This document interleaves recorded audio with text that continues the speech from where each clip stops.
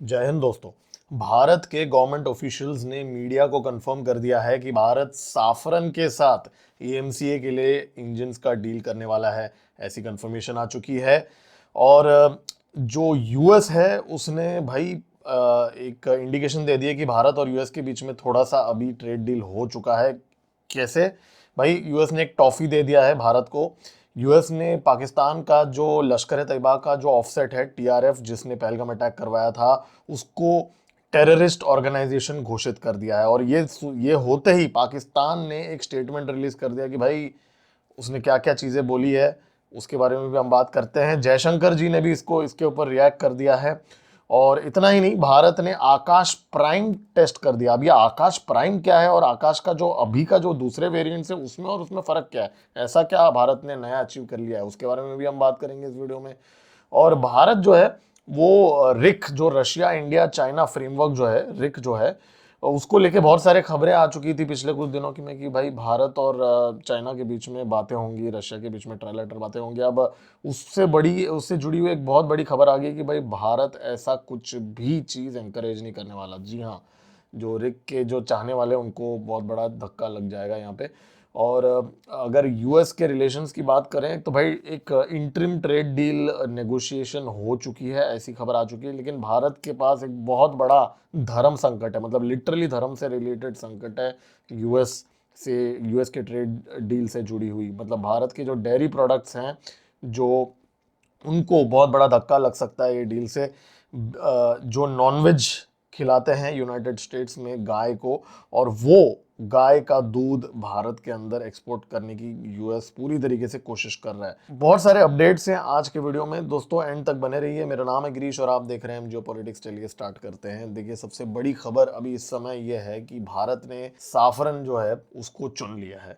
देखिए, मैंने इस टॉपिक के ऊपर ऑलरेडी बहुत सारे वीडियोस बना लिए हैं। अगर अभी तक आपने देखा नहीं, आप जाके देख सकते हैं। यहाँ पे 61,000 करोड़ रुपीस का इन्वेस्टमेंट जो है करने के लिए डिफेंस मिनिस्ट्री को सजेस्ट किया गया है। अब ये किसने सजेस्ट किया है, क्या हुआ, ये सब चीज़ हम इस वीडियो में थोड़ा अभी बात करते हैं। यहाँ पे ये जो 61,000 करोड़ का जो प्रोजेक्ट है, ये 120 किलो न्यूटन इंजन को बनाने में इस्तेमाल किया जाएगा। और यहाँ पे एक चीज़ क्लियर हो गया है कि सिर्फ एएमसीए ही नहीं, मतलब भारत का जो एडवांस मीडियम कॉम्बैट एयरक्राफ्ट ही नहीं, बल्कि जो आगे के जो प्लेटफॉर्म्स हैं उनमें भी ये इंजन इस्तेमाल किया जाएगा। ये बड़ा खुलासा यहाँ पे हुआ है। और एएमसीए में पहले स्टार्टिंग के कुछ यूनिट्स में जनरल इलेक्ट्रिक के 414 इंजन्स ही यूज किए जाएंगे। ये भी चीज यहाँ पे सोर्सेज ने कंफर्म कर दिया है गवर्नमेंट को। मीडिया में ये खबर लीक हो चुकी है। देखिए, मैं इसको अभी भी 100% नहीं मानूंगा, क्योंकि ऐसे लीक्स तो हमने बहुत सारे इससे पहले पढ़े, लेकिन इस बार खबर थोड़ी पक्की लग रही है, क्योंकि ये जो सोर्सेज हैं इस बार डिफेंस मिनिस्ट्री से ही आए हैं। तो एक consultative process, according to sources, एक कंसल्टेटिव प्रोसेस हुआ जहां पे स्टेक होल्डर्स से सलाह मशवरा किया गया। और एक टेक्निकल कमिटी जो फॉर्म की गई थी, उसको पूरा डीप एनालिसिस करने के लिए बोला गया था टेक्निकल चीज़ों में। तो वो टेक्निकल कमिटी ने बेसिकली फ्रांस का साफरन को यहाँ पर रेकमेंड किया है ऑन टेक्निकल ग्राउंड्स। ये जो टेक्निकल टीम है, इसने साफरन और यूके के रोल्स रॉयस के इंजन को कंपेयर किया कॉस्ट के एंगल से। जो फ्रांस जो है वो कंप्लीट टेक्नोलॉजी ट्रांसफर दे रहा था। और मेन रीजन क्या है चूज करने का? मेन रीजन ये है कि भाई साफरन जो है वो हमारे टाइमलाइन को मैच कर रहा है, मतलब ईएमसीए का जो टाइमलाइन है उसको वो मैच कर रहा था।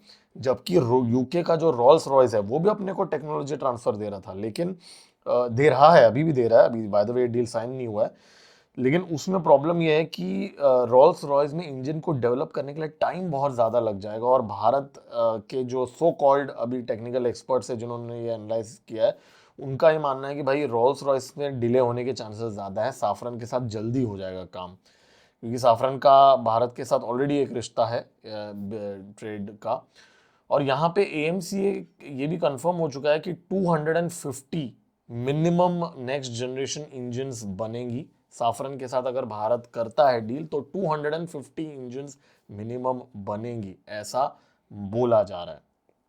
देखिए यहाँ पे एक चीज़ नोट करने की ज़रूरत है, जैसे मैंने पिछले वीडियो में कहा कि भाई फ्रांस ने भारत को पहले भी धोखा दिया है। कावेरी इंजन के डेवलपमेंट के टाइम पे 2015 के पहले की बात है ये, उस टाइम पे फ्रांस ने के साफरन ने हमें बोला था कि भाई साफरन का एक सब्सिडरी कंपनी था, उसने बोला था कि भाई भारत को कावेरी इंजन में मदद कर देगा, लेकिन एंड में उन्होंने क्या किया, अपना राफेल बेचने के लिए कावेरी इंजन के डेवलपमेंट के हेल्प को स्लो कर दिया था। तो अब देखना पड़ेगा कि भाई ये जो साफरन का जो ऑफर है उसमें क्या हिडन चीज़ है तो नहीं है। मेरे पिछले वीडियो में आप देख सकते हैं जहाँ पे मैंने कंपैरिजन भी किया हुआ है। खैर, लेकिन एक और बहुत बड़ी खबर यहाँ पे आ गई कि भाई सबसे one of the biggest news ये है कि जो यूएस की स्टेट डिपार्टमेंट है उसने जो द रेजिस्टेंट फ्रंट नाम का जो टेररिस्ट ऑर्गेनाइजेशन पाकिस्तान में पैदा हुआ है, जो लश्कर तैयबा का ऑफसेट है, जिसने खुद पहलगाम अटैक की जिम्मेदारी ली है, ऑफिशियली जिम्मेदारी ली है, एक बार नहीं 2 बार ली है, उस ऑर्गेनाइजेशन को designated foreign terrorist organisation FTO करार दिया है। यूएस स्टेट डिपार्टमेंट ने ऐसा डेसिग्नेशन दिया है, और एसडीजीटी भी दिया है, मतलब स्पेशली डेसिग्नेटेड ग्लोबल टेररिस्ट। तो 2 पदवी दिए हैं टीआरएफ को, एक फॉरेन टेररिस्ट ऑर्गेनाइजेशन और दूसरा स्पेशली डेसिग्नेटेड ग्लोबल टेररिस्ट। ठीक है। और ये स्टेटमेंट में यूएस स्टेट डिपार्टमेंट ने स्टेटमेंट के अंदर ये भी बोला है कि भाई ये ऑर्गेनाइजेशन ने खुद ही सामने से अकाउंटेबिलिटी ली है पहलगाम अटैक का, इसलिए इसको ये करार किया गया है भाई एज अ टेररिस्ट ऑर्गेनाइजेशन। और यूएस स्टेट डिपार्टमेंट ने इंटरेस्टिंगली ये भी एक बात बोली है कि भाई 2008 मुंबई अटैक्स के बाद में ये भारत का सबसे बड़ा अटैक था, तो ये भी स्टेट डिपार्टमेंट ने एक्नॉलेज कर लिया है पब्लिक डोमेन के अंदर। लेकिन जैसे ही यूएस ने ये स्टेटमेंट रिलीज किया, तुरंत जो पाकिस्तानी है पाकिस्तान की जो फॉरेन मिनिस्ट्री, उसने एक अपना स्टेटमेंट रिलीज कर दिया। ठीक है, जयशंकर जी ने भी रिएक्ट किया, उस पर भी आता हूँ, बट अभी फिलहाल पाकिस्तान ने क्या बोला भाई ये देखते ही। भाई इनका तो भाई अलग ही दुनिया में जी रहे हैं। पाकिस्तान बोल रहा है कि भाई condemns terrorism in all forms, ये सब ब्ला ब्ला ब्ला बोला। उन्होंने ये बोला कि भाई पाकिस्तान कितना एंटी टेररिज्म में सपोर्ट करता है। उसने एबे गेट बॉम्बिंग जो 2021 में काबुल में हुआ था, जहाँ पे 13 अमेरिकन मारे गए थे, उसका जो सैफुल्ला है उसको पकड़ने में मदद किया था, पाकिस्तान ने भी मदद किया है। ऐसा नहीं कि पाकिस्तान टेरर को पनाह दे रहा है, ऐसा दिखाने की कोशिश की। और उन्होंने बोला कि investigations into Pahalgam incident that happened in internationally recognized disputed region on of Kashmir are still inconclusive। तो पाकिस्तान ये बोल रहा है कि भाई इन्वेस्टिगेशन तो कुछ हुआ ही नहीं है पहलगाम के ऊपर, वो तो इनकंक्लूसिव है, ऐसा बोल रहा है पाकिस्तान। लेकिन जबकि यूएस स्टेट डिपार्टमेंट ने अपने स्टेटमेंट में स्पष्ट तरीके से बोला है कि भाई जो टीआरएफ है वो खुद बोल रहा है कि मैंने किया है, मतलब लश्कर तैयबा खुद बोल रहा है कि उसने किया है, और पाकिस्तान की फॉरेन मिनिस्ट्री बोल रही है कि नहीं जी अभी तक इन्वेस्टिगेशन हुआ ही नहीं है। तो बहुत ही बेवकूफ़ाना स्टेटमेंट दिया है पाकिस्तान की फॉरेन मिनिस्ट्री ने। और उसने ये भी बोला है कि भाई any linkage with LET, a defunct organization banned in Pakistan. LET के टेररिस्ट खुलेआम घूम रहे हैं सड़कों पे, भाषण दे रहे हैं, और ये बोल रहे हैं कि any linkage with LET, a defunct organization banned in Pakistan belies ground realities. भाई ये क्या बात होगी भाई, खुलेआम जनाजे हो रहे हैं एलईटी के टेररिस्ट के, और अपने स्टेटमेंट में बोल रहा है कि डिसफंक्ट है एलईटी।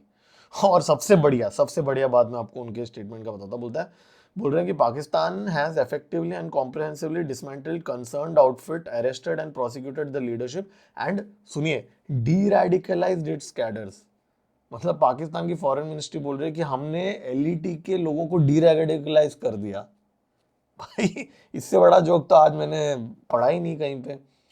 और फिर उसने बोला कि भारत का प्रोपागेंडा ये वो है। और अभी पाकिस्तान को मिर्ची क्यों लगी, पाकिस्तान अब ये बोल रहा है इस स्टेटमेंट के अंदर, बोल रहा है कि भाई आपने ना बलोच लिबरेशन आर्मी के मजीद ब्रिगेड को अभी तक डेसिग्नेटेड टेररिस्ट ऑर्गेनाइजेशन घोषित नहीं किया, वो क्यों नहीं किया, ऐसा पाकिस्तान बोल रहा है स्टेटमेंट के अंदर। तो भाई पाकिस्तान का असली कंसर्न क्या है कि भाई बीएलए का मजीद ब्रिगेड को अभी तक आपने टेररिस्ट ऑर्गेनाइजेशन घोषित नहीं किया, लेकिन हमारे टीआरएफ को आपने कैसे घोषित कर लिया टेररिस्ट ऑर्गेनाइजेशन, ऐसा पाकिस्तान का यहाँ पे बोलना है।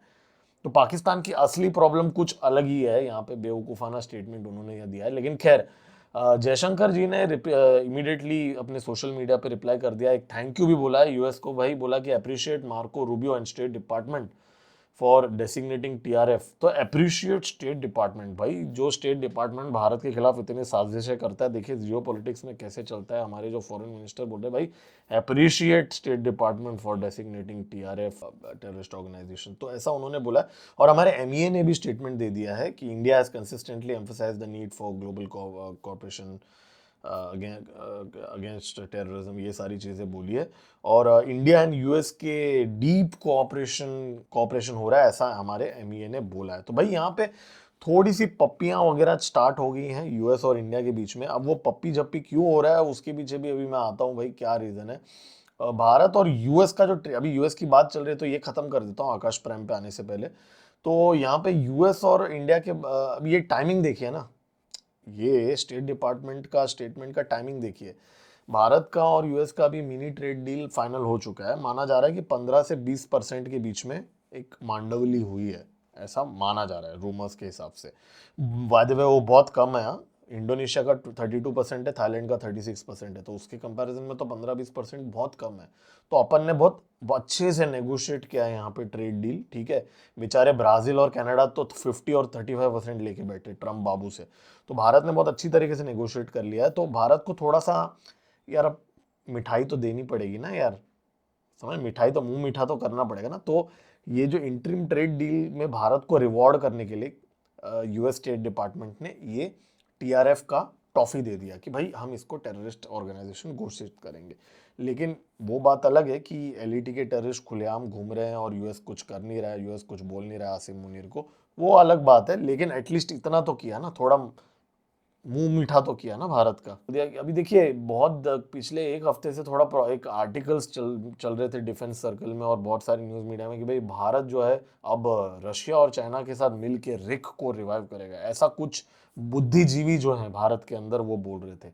अब वो भ्रम मिट गया है अभी, क्योंकि हमारे जो प्रेस ट्रस्ट ऑफ इंडिया के सोर्सेस को, अभी अगेन ये सूत्रों के अनुसार है, सूत्र तो गलत भी होते हैं, लेकिन प्रेस ट्रस्ट ऑफ इंडिया ने एक आर्टिकल पब्लिश किया है कि भाई उनको भारत के मिनिस्ट्री के कुछ लोगों ने बोला है कि भाई जो रिक है वो अभी हाल फिलहाल में नहीं होने वाला रिवाइव, और भारत और चाइना के बीच में कोई भी नेगोशिएशन चल ही नहीं रहा है रिक को रिवाइव करने के लिए। ये आया कहाँ से माहौल कि भाई रिक को रिवाइव हो जाएगा भाई, ये निकला था प्रोपेगेंडा रशिया की तरफ से कि भाई रिक रिवाइव हो जाएगा। चाइनीज फॉरेन मिनिस्ट्री को ने एक पॉजिटिव स्टेटमेंट दे दिया था भाई, कि बोला था कि भाई रशिया का जो इनिशिएटिव है रिक को रिवाइव करने के लिए, वो तीनों देशों का उससे फायदा होगा, ऐसा चाइनीज फॉरेन मिनिस्ट्री ने स्टेटमेंट रिलीज किया कि भाई रिक रशिया का जो इनिशिएटिव है उससे तीनों देशों को फायदा होगा। लेकिन उसके रिस्पॉन्स में भारत के जो मिनिस्ट्री एक्सटर्नल अफेयर्स मिनिस्ट्री के स्पोक्स पर्सन है, उन्होंने बोला कि भाई ये जो तीनों देश का म्यूचुअली कन्वीनियंट मैनर में डिस्कस करेंगे, ठीक है। मतलब म्यूचुअली कन्वीनियंट मतलब भारत ने कहीं ना कहीं ये चाइना के जो फॉरेन मिनिस्ट्री के स्टेटमेंट को थोड़ा डिस्टेंस कर लिया खुद को, कि भाई हाँ हाँ करेंगे करेंगे, लेकिन हम अपने कन्वीनियंस के हिसाब से करेंगे, कोई ऐसा नहीं है कि भाई रशिया बोलेगा तो हम कर लेंगे।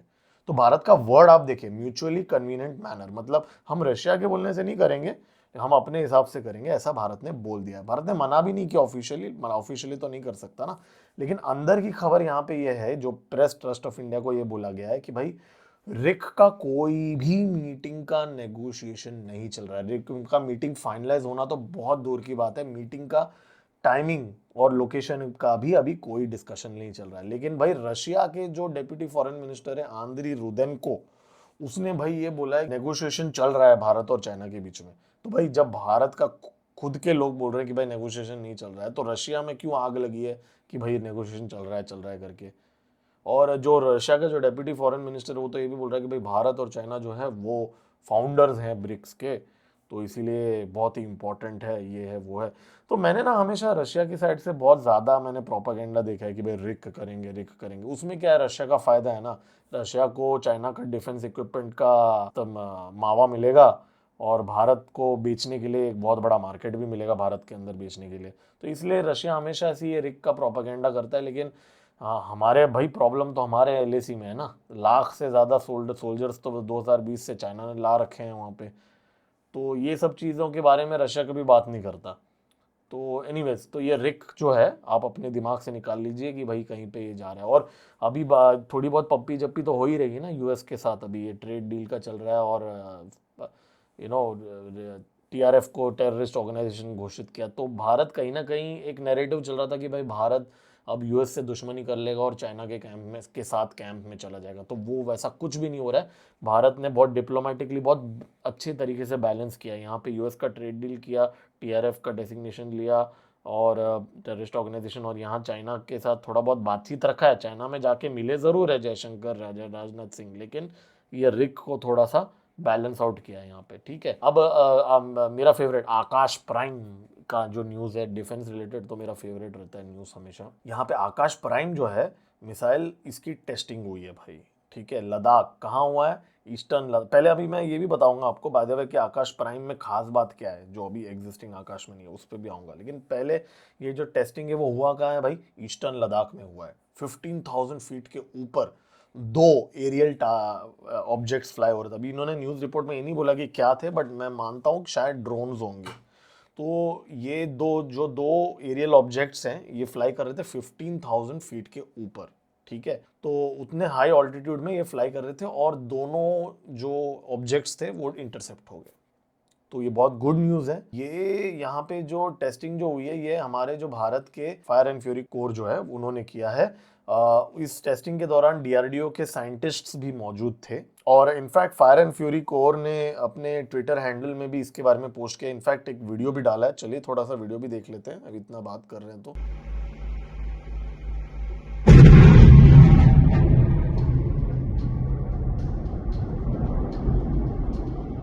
तो बेसिकली यहाँ पे ना इंटीग्रेटेड फायरिंग हो रहा था। तो बेसिकली सिर्फ आकाश प्राइम का टेस्टिंग नहीं हो रहा था, और भी यहाँ पे फायरिंग एक्सरसाइजेस वगैरह हो रहे थे, तो उसके अंदर ये आकाश भी टेस्ट हुआ है। अभी यहाँ पे खास बात क्या है आकाश, इसका मैं बता देता हूँ प्राइम का। देखिए, जो अभी आकाश का जो एयर डिफेंस सिस्टम का जो एनजी वर्जन है, राइट, जो नेक्स्ट जनरेशन वर्जन है, जो सबसे एडवांस माना जाता है, वो आज भी आकाश प्राइम से बेटर है। जी हाँ, आकाश प्राइम से बेटर एग्जिस्टिंग आकाश है। आकाश प्राइम बेटर नहीं है। तो फिर आप बोलोगे कि भाई टेस्टिंग किस बात की हो रही थी? दरअसल बात यह है कि अभी हमारा जो नेक्स्ट जी जो है उसका रेंज 70 तक जाता है, 70 किलोमीटर तक। आकाश प्राइम का मात्र 25 to 30 किलोमीटर है।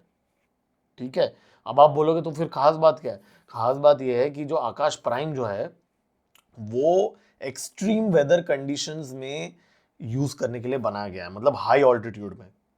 ठीक है, खास करके हमारे जो चाइना जो है बॉर्डर पे, जो उनके लिए ये बनाया गया है खास। और इसके अंदर इंडिजिनियस आरएफ सीकर भी है। चलो वो तो आकाश के बाकी वेरिएंट्स में भी है। तो यहाँ पे हाई ऑल्टीट्यूड के लिए चाइना के लिए खास ये बनाया गया। अभी आप देखेंगे कुछ दिन पहले एक रिपोर्ट आया था कि भाई चाइना और पाकिस्तान मिलके एक हाई ऑल्टीट्यूड ड्रोन से भारत को अटैक कर सकते हैं, क्योंकि ऑपरेशन सिंदूर में जो नीचे लो फ्लाइंग ड्रोन्स थे उसको भारत ने आसानी से इंटरसेप्ट कर लिया था। देखिए, वैसे हमारे पास बहुत तरीके हैं उन ड्रोन्स को शूट डाउन करने के लिए। और अब ऑनेस्टली मेरे को वो आर्टिकल जो वायरल हो गया था, मेरे को बिल्कुल भी उस आर्टिकल में भरोसा नहीं था। क्योंकि देखिए, कोई भी ड्रोन अगर ड्रॉप करना है तो फिर तो उसको लो ऑल्टीट्यूड में आना ही पड़ेगा ना। तो हाई ऑल्टीट्यूड में उड़ के उखाड़ क्या लेगा वो, राइट। और अगर कोई MQ-9 जैसा ड्रोन हो जो मिसाइल कैरी करवा रहा हो, तो उसके लिए तो वैसे भी हमारे पास S-400 और बहुत सारे एंटी ड्रोन सिस्टम्स हैं ना, एंटी मिसाइल और ड्रोन सिस्टम्स हैं ना, और भी बहुत सारे हैं। तो मैं उसको बाय नहीं कर रहा था उस आर्टिकल। लेकिन अगर फिर भी कुछ लोगों को डाउट था कैपेबिलिटी पे, तो आकाश प्राइम ने दिखा दिया कि भाई 15,000 फीट पे आराम से इंटरसेप्शंस हो रहे हैं। तो ये जो गंदा सा साजिश, सो कॉल्ड साजिश अगर है भी हाई ऑल्टीट्यूड ड्रोन यूज करने का, उससे कुछ भारत को नुकसान नहीं होने वाला।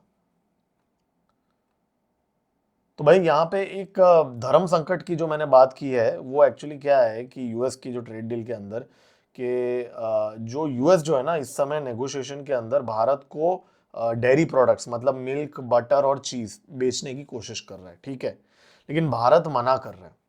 क्यों?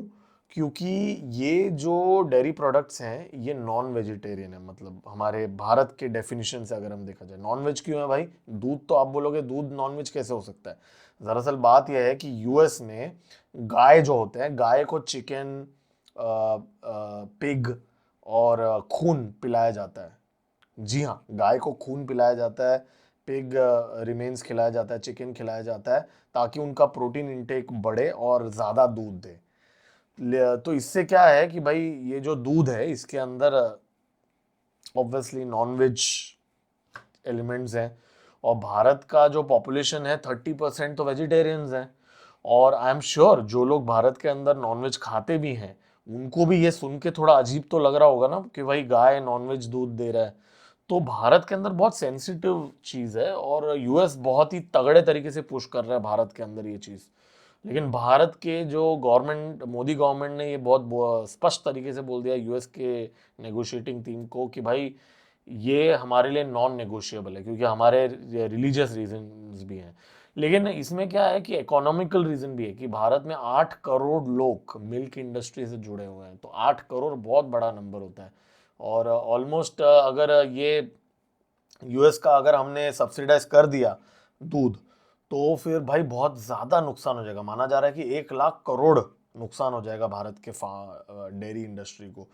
तो इसलिए भारत ने एक बहुत ही टफ स्टैंस लिया है यहाँ पे इस ट्रेड नेगोशिएशन में।